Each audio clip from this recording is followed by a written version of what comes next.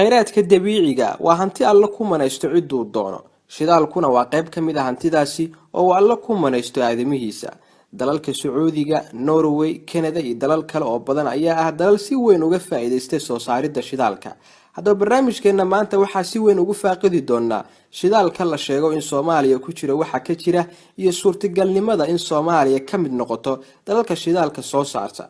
baaritaano badan oo la sameeyay iyo warbixino ay shirkadaha caalamiga soo bandhigeen ayaa sheegaya in Soomaaliya ay ku jirto 110 bilyan oo fuusto oo shidaal ah. bal maxaa arrinkaasi ka runa? ma jiraan ceelal la qoday oo laga helay shidaal? waa kuwa gobolada ugu badan ee looga shaqeeyay shidaalka? ma ogtahay inuu jiro laba ceel oo la qoday oo la hubiyay in 100% shidaal aad u badan ku jiro magaalooyinka ku yaalaan? waa su'aalo aad dhammaantood jawaabahooda aad barnaamijkeena kaga bogan doontaan. waxaa idin soo diyaariyay halkan idin kala socodsiinaya anigoo Cabdirasaaq Gumeysatiida. haddaba aan ku bilaabay marka hore su'aal ay dad badan isweydiiyaan oo ah Soomaaliya shidaal ma ku jira ama kuma jiro? waxaa inooga jawaabaya Abukar Xaaji Maxamed Mire oo ah qabiir ka tirsanaa xafiiskii xogta isgaarsiinta ee shirkado badan oo shidaalka ka saamiya dhulkeena. su'aashu waxa weeye wadankeena batrool ma ku jira mise kuma jiro? wuu ku jiraa waaye wuu ku badan yahay. haddaba 1970 ilaa 1980 ayaa dalka shirkado badan waxay ka sameeyeen sahmin kala duwan. dawladii kacaanka ee waqtigaasi jirtay ayaa heshiis shidaal qodisa iyo sahmin la gashay shirkadda Shell oo Holland laga lahaa oo kamid ah shirkadaha ugu waaweyn ee shidaalka qoda. 1978 bishii February ayaa shirkadaasi shidaal ka heshay Soomaaliya gaar ahaan Baardheere iyadoo bilowday qodida ceelkaasi la helay oo ahayd in la qodo 4000 oo mitir. haddaba wixii la qodaba ceelkaasi 900 oo mitir markii dhulka hoos loo jiray waxaa soo burqaday gaaska dabiiciga ah.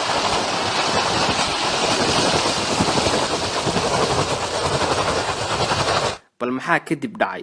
waa kan Abukar Xaaji Maxamed Mire oo inoo sharaxaya waqtigaasina goobjoog ahaa. 900 oo mitir markii aanu maraynay gaas baan ku dhexdhacnay. dabeedna waxay noqotay in safety la galo oo laga kala cararo ilaa la xiro gaasta.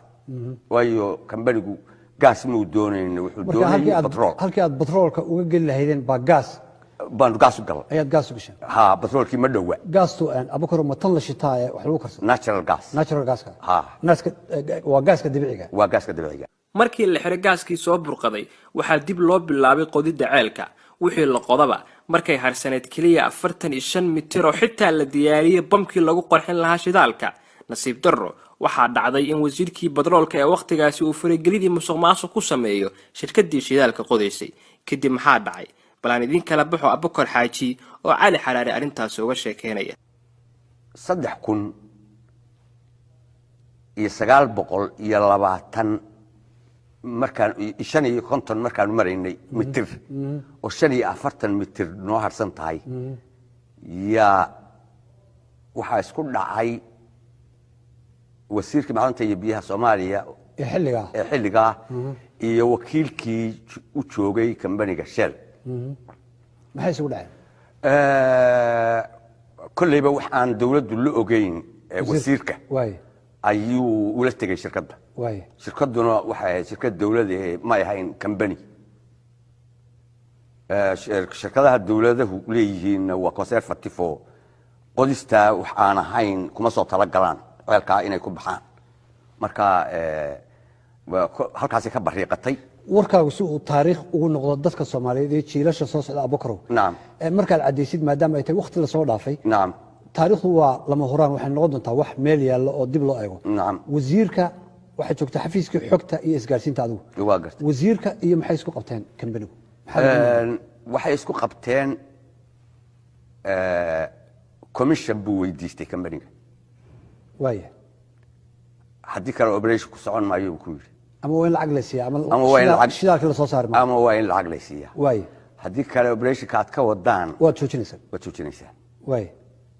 dabeedna gabadhii waxay yidhahdeen annagu kumaana soo talagelin kambanigan waxaa iskale dawladda fan ma bixinno iyo lacag laaluusha ceelkaa wixii ku baxa yaa anagu estimationka waxa budgetka iyagu waa wixii ceelka ku bixi lahaa marka batroolkii dhammaa ee 4,000 ee mitir la soconaya waxaa idinka dhiman 45 mitir 45 mitir waliba inuu nagu soo boqdo aad bay halis u tahay marka iyada sababtu waxa weeye waxaa yimi nimanka qarxiya ceelasha batroolka marka la qodo kambaniga qodaa marka uu meel marayo waxaa yimaada kuwii qarxinaya marka la ogaado in ay 100% uu batrool ku jiro waxaa yimaada dad la yiraahdo fellow petrol iyaga ceelka markaa qarxiya iyaga sheega inta uu maalintii soo saaray batroolku nooca uu yahay inta sanadood ee uu productionka inta la eg samayn karayo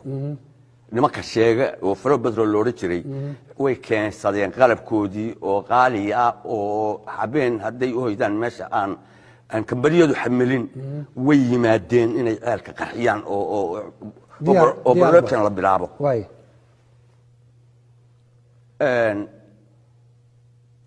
nasiib darro joojiya nalagu yiri amar baa nalagu sii way halka markay maraysay Holland waxay gala soo hadlay nin madax ah oo executive secretary-ga Shell Holland wuxuu yiri waxaad ku tiraahdaa ninka company manka ay meesha jooga labada telefoon waxa horeeyay kaninka madaxda Holland iga soo diray ayaa soo horeeyay wuxuu yiri waxaad ku tiraahdaa ceelka waxa loo bixinayaa Vortex 1 in Africa way baadheer 1 lama yiraahdo Vortex 1 baa la yiraahdaa Vortex 1 sida aan taariikhda ku hayay wuxuu ku yaalay badda North Sea ee Scotland waa ceel aad u badiya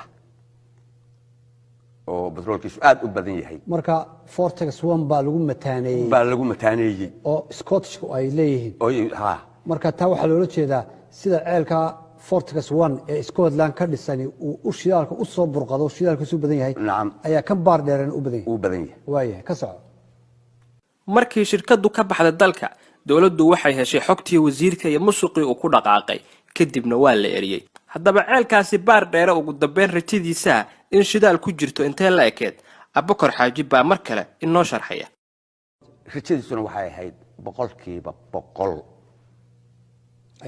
ayay ahayd intaa kadib waxaa jiray shirkado kale oo dalka ka qoda ceelal qaarkoodna la hubiyay in 100% shidaal ceegago waa kan Abubakar oo mar kale inoo sharxaya percentage-ka am celcelis ahaan inta ceelalkaasi looga shaqeeyay shidaal Soomaaliya waxa laga qoday 5 ceel way waxa ka horeeyay 2 ceel oo anigu aanan arkin oo joogin ceelna Kismaayo area laga qoday 72 meelaha 73 ceelna gas buu ahaayo afgooyaa laga qoday labada ceel maanan ogeyn laakiin shanta kale waan ogaa ii sheeg hadda shanta kale mid waa baar dheere ceelka baar dheere way hol way kaliswan oo garoowe 16 kilomitir u jira soo saddex ceelkii Lughaya laga qodayay ee ay Chevron qodaysay way iyo ceelkii aan Mudul Baraawe ka qodnay shantaba ceelka Lughaya runtii wax badan ma aanan joogin waayo dagaal baa markiiba nagu qabsaday markii waa naga qaxiyay aniga iyo gaaladii laakiin rajadiisa aan ogaa oo waxay ahayd 95% 95% Lughaya waatay ceelka hol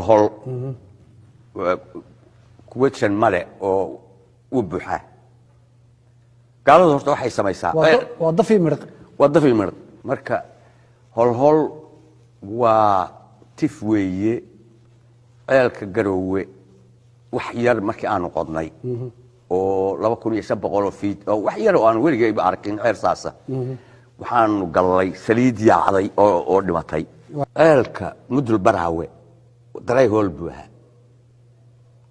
sayn kuma ana arag saliideedba shirkadihii kala duwanaa ee sahminaya ceelashaasi ceel walba oo ay hubiyeen isla markaana shidaal ku jiro waxay ka taagan bir lagu garto waxayna hawshooda dib u bilaaban doonaan markii la helo dawlad Soomaaliyeed oo hanata dhulkeeda baddeeda iyo hawadeedaba. shirkaduhuna waa kuwa weli heshiis kula jira dalka. haddaba waxaan idiin soo gudbinayaa muuqaalka mid ka mid a ceelashaasi la hubo in 100% shidaal ceegago oo ay bir ka taagtay shirkadii Sahmise oo iyadu rajaynaysa in markuu dalku hagaago dib howsheeda u bilaabato.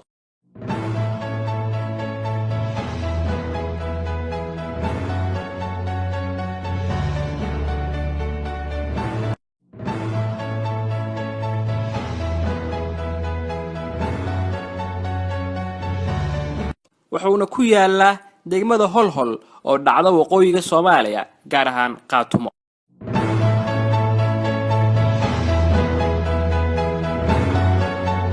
waxa ugu dambeyn ilaa hadda la aaminsan yahay in ceelka Baardheere yahay kan ugu shidaalka badan Soomaaliya iyo qaaradda Afrikaba inta ilaa hadda la baaray. waxaa dhici karta in la helo kuwa kale oo aad u badan. qabiiro si hordhaca u sheegay kheyraadka shidaalka Soomaaliya ayaa aaminsan inuu yahay 110 bilyan oo fuusta, taasoo u dhiganta ama la micno ah in qof walba oo Soomaaliyeed ka heli karo sanadkii lacag dhan $100,000.